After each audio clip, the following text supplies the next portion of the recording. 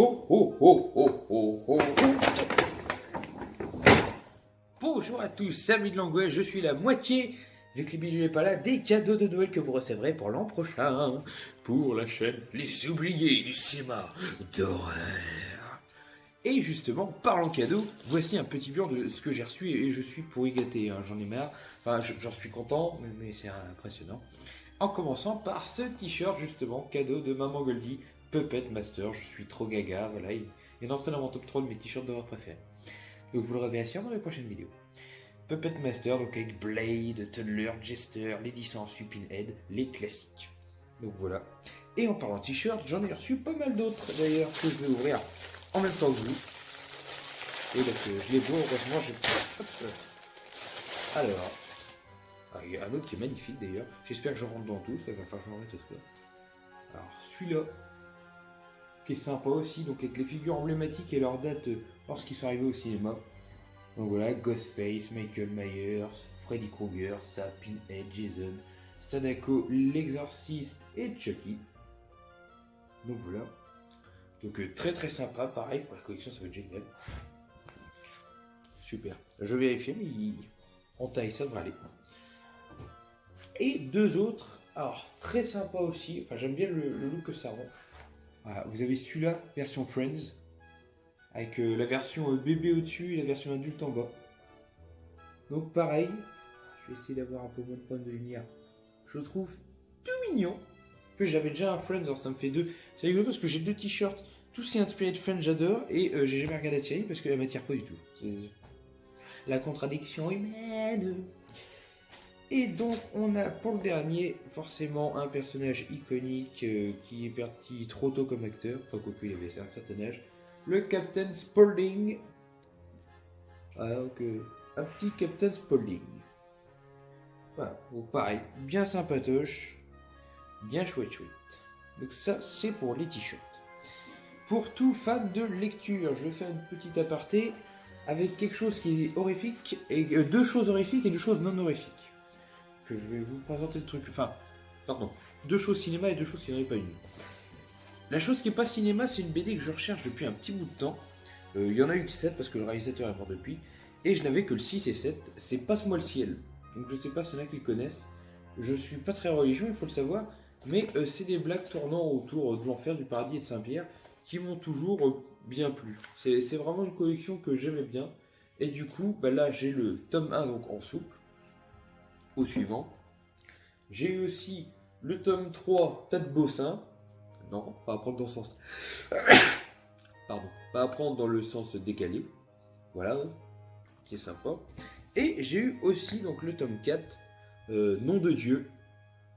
Ah, donc voilà, j'ai plus qu'à trouver le tome 2 et le tome 5. Donc merci aux cousins, cousines et à notre cher Sébastien, copain de GG, pour ces cadeaux. Merci à vous tous.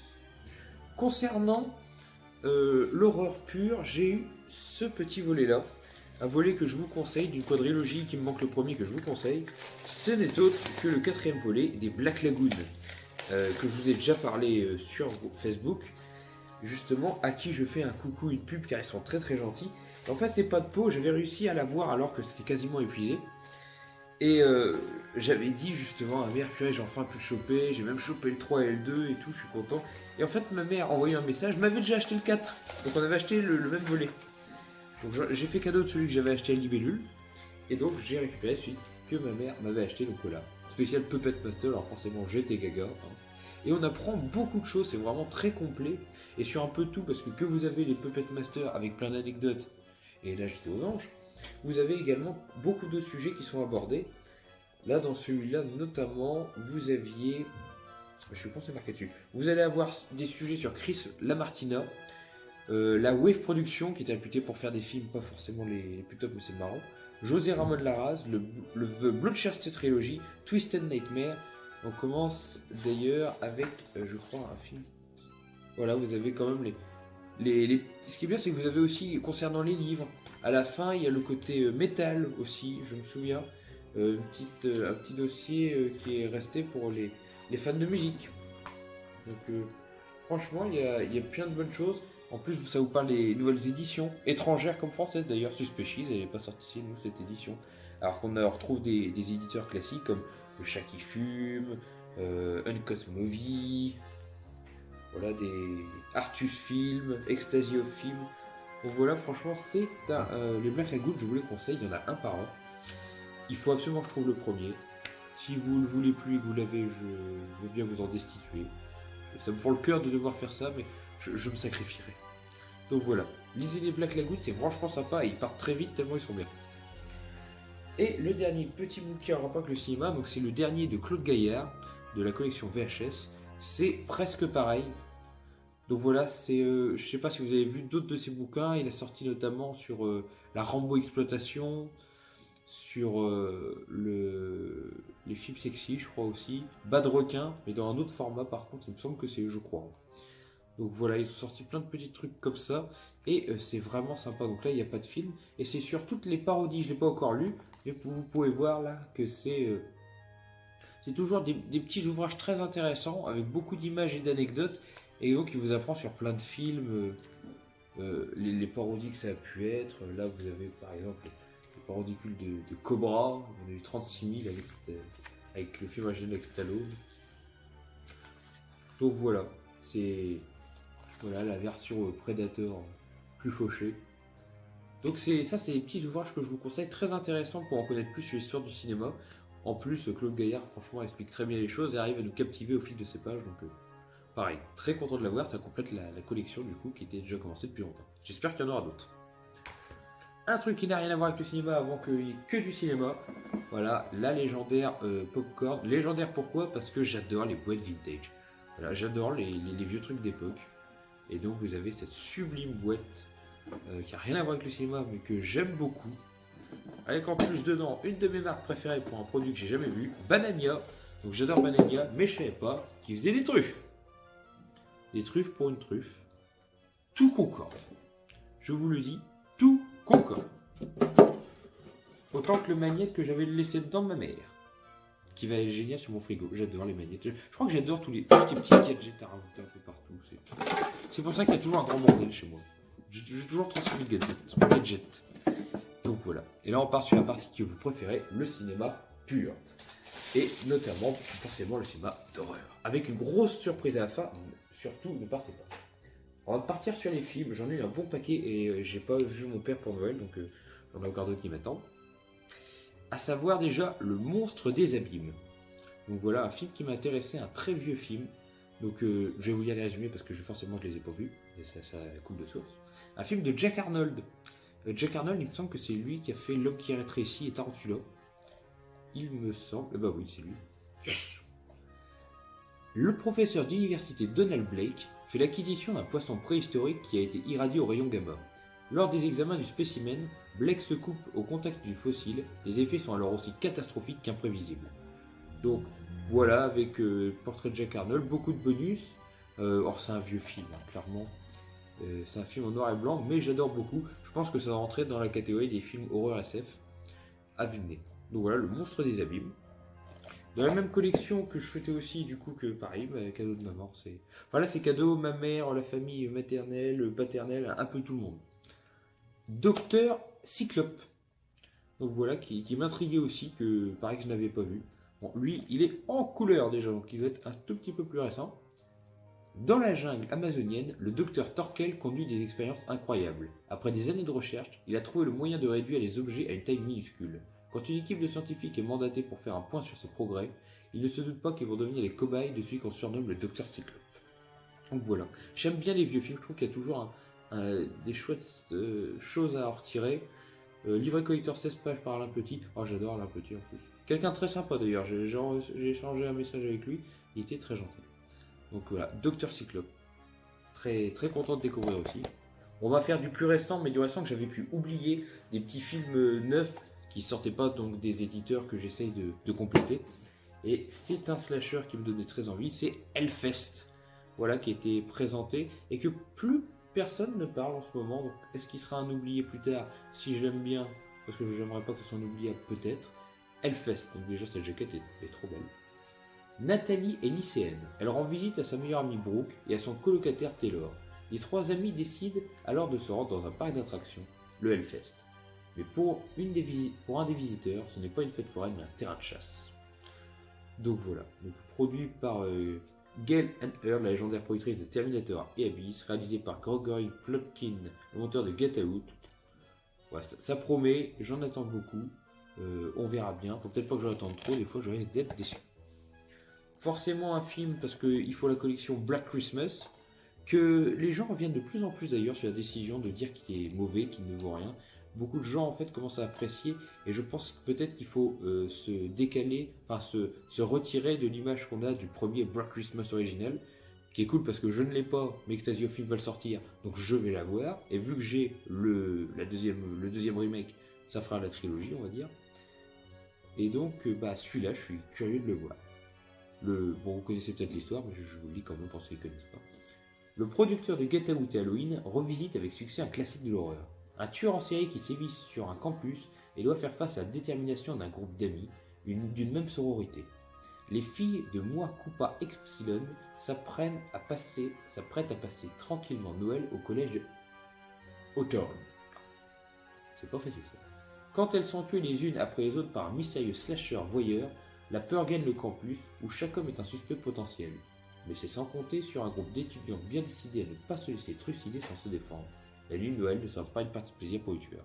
Recevoir ça à Noël pour un truc de Noël, parfait.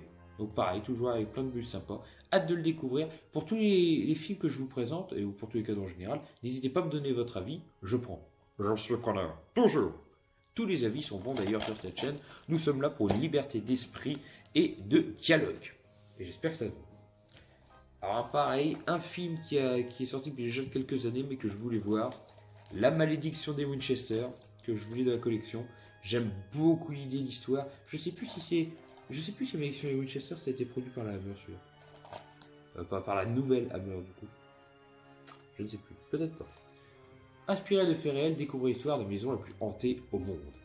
Sarah Winchester est la riche héritière d'entreprises de fusils portant le même nom. Se croyant maudite, elle bâtit une maison en perpétuel changement pour abriter les esprits en colère. Alors, je n'arrive pas à y aller à cause du truc. Tué par l'un d'eux dans sa fureur vengeresse va s'en prendre à sa famille. Et ben c'est bien, ça me laisse du mystère. Tué par l'un d'eux par je ne sais pas qui, donc ça va laisser du mystère. Donc la malédiction des Winchester, pareil. Cette jaquette est jolie et j'aime l'histoire des Winchester et des fantômes qui tournent autour. Donc, hâte de voir ça. Alors, un sorti très récemment, pareil que je voulais voir, alors là c'est très très récent. Il ne vous laissera pas partir, The Vigil. Donc pareil, donc j'aimais bien en fait l'idée de. C'est rigolo l'idée de juif, j'ai cru comprendre, il y a un mort si vous voulez, et il faut veiller le corps. C'est peut-être une tradition juive. Je ne sais pas trop, mais ça m'a fait penser beaucoup à Vige ou le Diable, sorti chez Artus Film, une très belle édition. Où justement on avait ce curé qui pendant 3 jours veillait le corps de cette femme qui en fait est une sorcière qu'il a lui-même tuée. Donc forcément vous avez ce stress, c'est continu et ça augmente. Alors je sais pas si le film est pareil, mais je vais vous dire ça. New York, Brooklyn, après avoir fui sa communauté juive, orthodoxe, Yaakov accepte contre son gré d'assurer la veillée funèbre d'un membre décédé de celle-ci. Désormais, seul avec le corps dans une maison délabrée, il se retrouve confronté à des phénomènes étranges et de plus en plus inquiétants. Donc ça me fait beaucoup penser à Vie ou le Diable. Donc hâte de voir ce que ça va donner. Mais bon, voilà, pareil, si vous avez des avis, vu que c'est un film récent, peut-être que vous en aurez plus. Je suis preneur. On va repartir sur 3 classiques, qui ne sont pas forcément tous typés cinéma horreur. Il n'y en a qu'un typé cinéma horreur, mais qu'il me fallait dans ma collection. Je n'avais toujours pas, et je suis content d'avoir une édition DVD, de Orange Mécanique de Stanley Kubrick. Donc là, par contre, je vous ferai pas l'insolence de vous en parler. Faut peut-être pas déconner à un moment. C'est un film classique mettant en avant donc Stanley Kubrick en tant que réalisateur et en tant que comédien l'excellent Malcolm McDowell. Voilà. Donc j'avais déjà Shining dans ma collection que j'ai rangé dans ma collection Stephen King. Et là, j'ai Orange Mécanique. Donc je sais pas si ça peut se ranger dans l'horreur ou autre. Mais en tout cas, je suis content de l'avoir dans la collection. J'aime beaucoup ce film. Pour ma filmographie Tim Burton, parce qu'il me manque 3 films ou 4. 3 ou 4 films, je sais plus si j'ai le premier à liste en DVD, parce que je l'ai en Blu-ray, mais je voudrais en DVD. Oui, je fais l'inverse des gens normaux. Et je sais qu'il me manquait 3 autres, à savoir Pee-wee la Grande Aventure, Dumbo le Dernier et Big Eyes. Big Eyes, donc que je n'ai jamais vu, que je ne trouvais pas sur les vides-greniers ou autre part, comme Pee-wee les Grandes Aventures, les deux j'ai beaucoup de mal à les voir. Puis Dumbo c'est un Disney, forcément. Et qui m'intriguait beaucoup en plus avec cet acteur, Christophe Waltz, que je trouve excellent. Christophe Waltz est très bon, vous le voyez en méchant dans Inglourious Bastard, que vous le voyez dans Django Unchained, dans le rôle de l'allemand qui pour moi vole la vedette. Christophe Waltz est un très bon acteur. Au début des années 60, le peintre Walter Keane, donc interprété par Christophe Waltz, connaît un succès phénoménal et révolutionnaire. Le commerce de l'art grâce à ses tableaux énigmatiques représentant des enfants malheureux aux yeux immenses. Pourtant, Walter n'en est pas l'auteur, ce sont les œuvres de sa femme Margaret. Big Eyes retrace la scandaleuse histoire vraie de l'une des plus grandes impostures de l'histoire de l'art et l'éveil de l'artiste qui inspire l'univers de Tim Burton. Bon voilà, rien que pour ça, ça me donne bien envie. Puis Tim Burton, j'aime beaucoup ce qu'il fait, même si c'est parfois décalé, moins noir, plus noir. J'aime beaucoup cette façon d'interpréter les histoires dans ses films. Donc pourquoi pas. J'ai hâte de voir ce que ça donne, et puis il manquera plus que 2 films pour Tim Burton. Et pour finir, un film de Tarantino. Pareil, Tarantino, c'est un film qui a fait 36 000 films, et tous ses films ont fait un carton. Et en voici un avec un énorme casting qui s'est bien fait éclater la gueule par beaucoup des gens de mon entourage, mais que je voulais voir. Les 8 salopards. Donc voilà, enfin, je chope d'ailleurs Django qui est mon préféré. C'est vraiment mon Tarantino préféré. Et là, il y a quand même un casting de fou.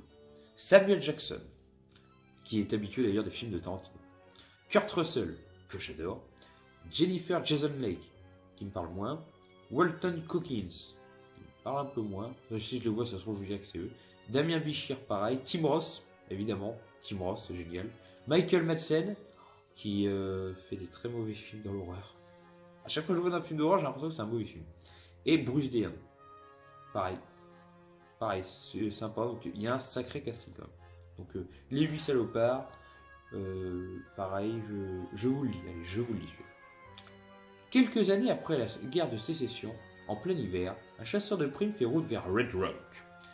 D'ailleurs, ça me fait penser à un bon film de Nicolas Cage que je vous conseille, Red Rock West, où il conduit une prisonnière. Sur leur route, il rencontre un ancien soldat ainsi que le nouveau chef de la ville. Surpris par le blizzard, l'équipage trouve abri dans un refuge au milieu des montagnes où ils sont accueillis par 4 personnages énigmatiques. Mais l'un de ces 8 salopards n'est pas celui qu'il prétend être. Il y a fort à parier que tout le monde ne sortira pas vivant de l'auberge de Minnie. C'est rigolo l'idée qu'il y a un coupable parmi ces 8. Ça me fait penser un peu à un des premiers films, si ce n'est le premier film d'ailleurs de Tarantino, à savoir Reservoir Dogs. Il y avait un salopard dans le loup. Que voilà, bien chouette. Alors, j'ai eu également j'ai eu encore 5 films à vous présenter, mais entre deux, je vais vous présenter des figurines, des petites figurines super sympas. Donc, il y en a une que je vais les déballer en même temps que vous, du coup, les figurines. En même temps que vous, avec vous. Je sais même pas où j'ai mis mon ciseau. Bon, je vais essayer de faire autrement. Et j'ai eu une petite figurine porte-clés de Billy, que j'aime beaucoup, donc je vais essayer. J'espère qu'il va faire focus mon téléphone, parce que je ne le fais jamais. Donc, hop là, je vais essayer de pas péter la boîte. Vu ma souplesse, c'est pas toujours facile. Alors, hop. Ah, il est tout mignon comme porte-clés. Comment tuer Billy? Étranglez-le avec un porte-clés. Oh voilà, ça va peut-être pas faire le focus, forcément, j'ai l'habitude. Ah, je déteste ce porte-clés pour ça. Donc voilà, vous avez le petit Billy, et je vais devoir le mettre loin pour que vous le voyez au mieux, c'est triste à dire. Là, donc le petit Billy, là, sur son tricycle rouge. Je sais pas si je vais le mettre en porte-clés ou si je vais juste le placer comme il est, parce que je le trouve trop chouette. Voilà, le petit Billy. Je suis un grand gamin, oui je sais. Le petit Billy. Bien sympathique, donc pareil, mais tout le monde m'offre des choses, au persil, la famille, maman, de notre famille, maman, tout le monde, je vous aime tous, de toute façon, donc à partir de là. Ensuite, donc il y a eu, une trilogie que ma mère, c'est rigolo, ma mère a trouvé il y avait une collection de 4 figurines à Nose, elle en a trouvé 3, elle m'a dit, j'ai jamais trouvé la 4e, et je lui dis, t'inquiète pas, la 4e, c'est le seul que j'avais de la collection déjà. C'est les petites Aurores. Voilà, ces petites figurines qui font à moitié kawaii du coup. Alors je vais pas les déballer parce que je vais juste vous les ouvrir. Voilà, vous avez Michael Myers, mais franchement, on dirait un bébé, Michael. Oh, il va pleurer bébé Michael, avec son petit couteau. Alors ça fait trop choupinou dans le principe. C'est pas les meilleures figurines, mais je trouve trop mignonnes, il faut rigoler. Donc voilà, vous avez Michael Myers. J'avais déjà la donne dans cette collection pour information. Vous avez Michael Myers. Vous avez, oh putain, Jack Torrance, qui ne fait pas peur. Hein. Moi, il me fait rire. On dirait un... Oh là là, Jack Torrance. On dirait une petite figurine good boy. C'est Chucky en gentil Chucky en gentil en brun avant qu'il finisse méchant. Alors, avec sa machine à écrire et sa hache, évidemment. Donc Jack Torrance.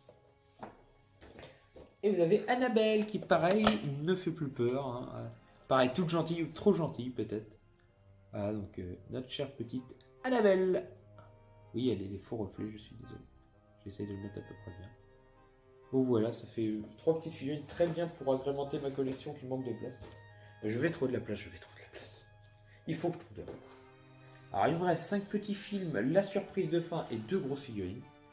Donc, dans les films que je vais pouvoir voir, enfin, on m'a offert Midsommar, que je vais enfin regarder, d'Ari Aster. Et Ari Aster, j'ai beaucoup de mal parce que déjà, je ne suis pas un défenseur d'Hérédité. Je trouve le film, il n'est pas mauvais, hein, il n'est pas mauvais. Mais un peu comme Rosemary Baby de Polanski, il y a un gros défaut que je trouve personnellement à ce film. Il est long. Oh putain qu'il est long. J'ai l'impression que tout est à rallonge. Désolé pour ceux qui aiment le film, je n'ai pas dit que je ne le trouvais pas bon. J'ai juste un avis personnel qui fait qu'il est long. Ah, le boîtier plastique est un peu abusé, c'est pas grave. Danny et Christian sont sur le point de se séparer quand Danny est touché par la tragédie familiale. Attristé par le deuil de la jeune femme, Christian ne peut la quitter et l'emmène avec lui et ses amis à un festival qui n'a lieu qu'une fois tous les 90 ans. Vache. Dans un village suédois isolé.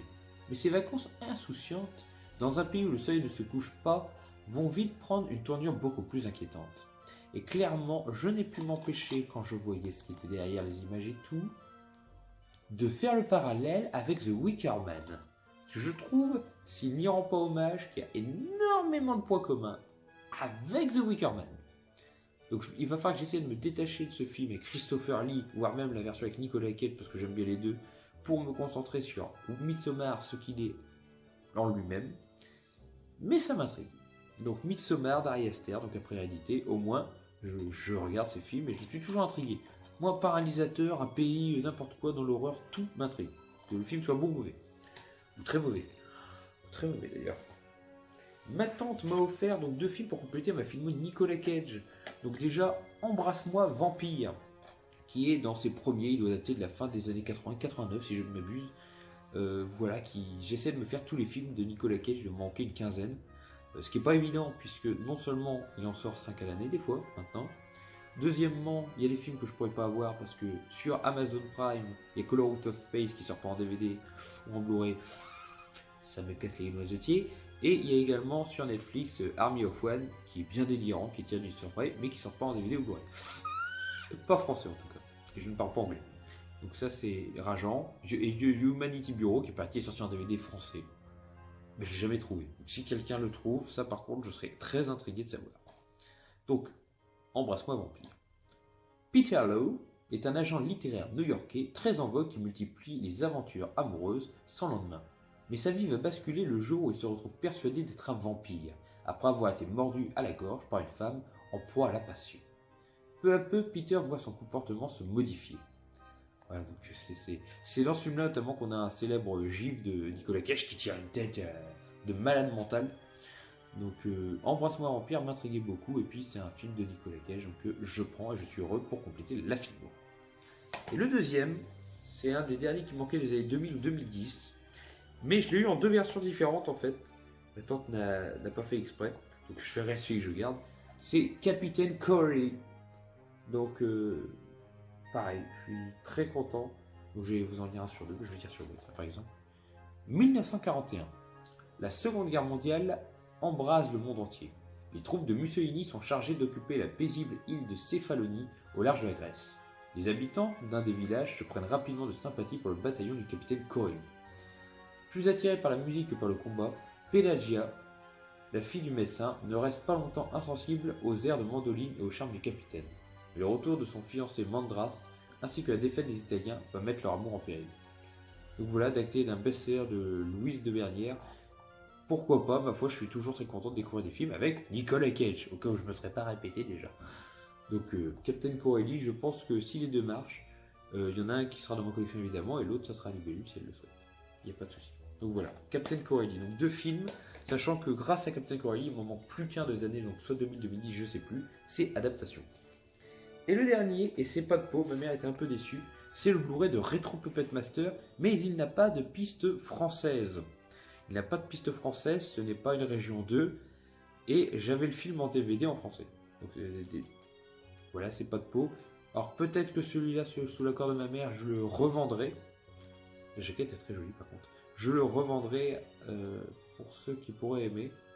Parce que ça va pas être facile de trouver des Blu-ray, un lecteur Blu-ray multizone pour un film qui n'a pas de VF. Quoique, il y a des très gros amateurs de VO dans le groupe. Donc voilà, Retro Puppet Master. Donc qui est pas mal parce que ça prend en fait le concept des figurines qui étaient pour le premier film qui devait être comme ça en bois. Et en fait, ils l'ont repris pour un nouveau film. Qui n'est pas le plus mauvais, mais qui n'est pas le meilleur non plus. Et bien, il me reste 2 figurines à vous présenter et la grosse surprise. Donc, c'est une vidéo de 30 minutes, ça fait longtemps que je l'avais pas refaite. Et c'est Trick or Treat. Voilà, donc je vais vous faire la même libellule. Je me suis marré quand j'ai eu ma mère m'a offert la figurine que je me dis, oh, elle est trop belle, il faudrait que je l'ai dans ma collection. Et ben, elle est là. Déjà, le boîtier est magnifique. Et vous avez donc Trick or Treat. Trick or Treat. Donc là, pour le coup, je vais l'ouvrir avec vous. Voilà. Alors, Trick or Treat. Ne pas casser, c'est trop beau. Je suis gaga, c'est trop beau. Qu'un personnage de plus à rajouter à la collection. Hop. Alors, nous avons un super décor arrière déjà. Il faut quand même le signaler. Nous avons un super décor arrière. On peut retirer en plus. Ah, ça peut être sympa comme décor pour mettre derrière, comme j'ai fait pour Michael Myers dans ma collection. Donc je vais voir, pour le garder, je vais voir. Et donc nous avons Trick or Treat. Est-ce que c'est relié par des... Non. Ah, le personnage est tellement petit, ils n'ont pas relié avec des trucs en plastique.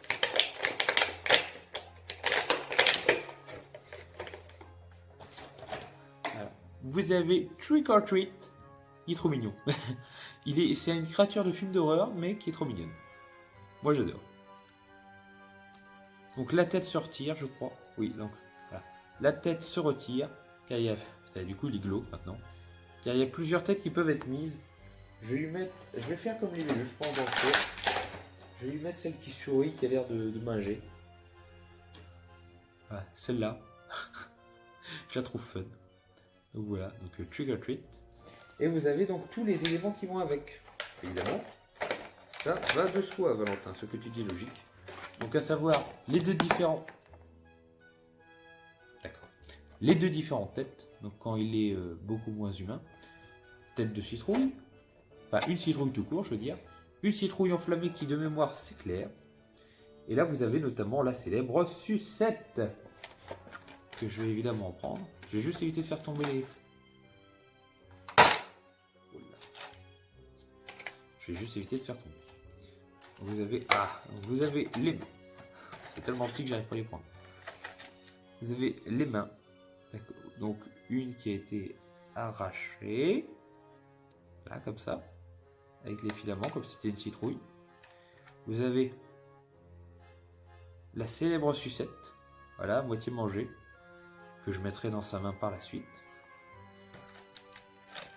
Vous avez l'autre main, donc je ne vous montre pas. Et vous avez son espèce de petite topinelle. Ah, un tout petit couteau, vous ne voyez pas bien évidemment, mais c'est un tout petit couteau. Donc voilà, donc beaucoup de... Cette figurine, elle va agrémenter la collection, elle va être super belle. Et vous avez évidemment son sac, le fameux sac qui traîne tout le long. Je crois que je vais mettre ça dans une main, la sucette dans l'autre, ça va être très très choupinou. Très sympa. Alors deuxième figurine, c'est rigolo, d'un univers que j'aime pas et qui est en fait tiré du jeu vidéo. Ma mère le savait pas, mais puis moi sur le coup non plus. Voilà le monstre. Alors lui il est très lourd par rapport au l'autre. Bah en même temps Trick or Treat il est tout petit. Donc tiré de Resident Evil. Donc un jeu dont je n'ai jamais accroché plus que ça à saga de jeu quand j'ai essayé. J'aimais pas trop la façon de jouer. Et que je n'ai pas accroché plus que ça à la saga de film. Comme quoi. Mais je kiffe les personnages. Comme quoi. Donc, hop. Ah, ouais. Ah oui, il est mouse, là c'est le cas de le dire. Là, vache. Il y a peut-être des trucs plastiques là. Oui, il y a des trucs plastiques. Oh là là. Mais même son arme, elle est démesurée. Et son arme est démesurée. On dirait Pinhead avec sa lame qui est 50 km de long.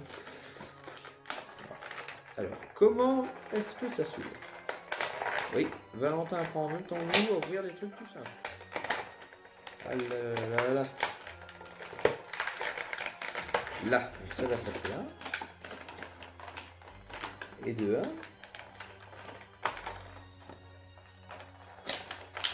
Et deux. Là. Voilà. Oh, le morceau, c'est le cas de le dire. Alors, la hache, c'est facile. Le bout de la hache fait la taille de la barre. C'est pas logique. Mais on adore. Mais c'est pas logique. Alors, je vais essayer de monter la hache. Là. Ça doit se monter là. Je ne sais pas comment, mais ça doit se mettre ici. Par la loi du destin et des feux verts. Ah, bah j'ai réussi. Alors, regardez la tranche de la hache. C'est... Quand je vous dis que c'est surdimensionné. Donc ça, c'est la hache. Et ça, c'est notre... Quand je retirerai ça, ce sera plus crédible. Voici notre gland méchant. Donc une espèce d'énorme boucher. Avec des clous plantés à même la peau. Bon, c'est sûr, dans le domaine horrifique, il ira très très bien. Hein. Il a tout à fait sa place. Voilà notre boucher, donc avec sa hache gigantesque qui va à mon avis traîner parce qu'elle est trop haute. Après moi le chaos. Putain, cette hache grande comme ça a un côté métal. C'est assez spécial. Mais j'aime bien, ça va aller typiquement avec le domaine horrifique. Et pour finir, la grosse surprise que je vais encadrer. Et j'ai beaucoup trop de cadres encadrés, peut-être pas assez de murs, mais je vais l'encadrer. Attention.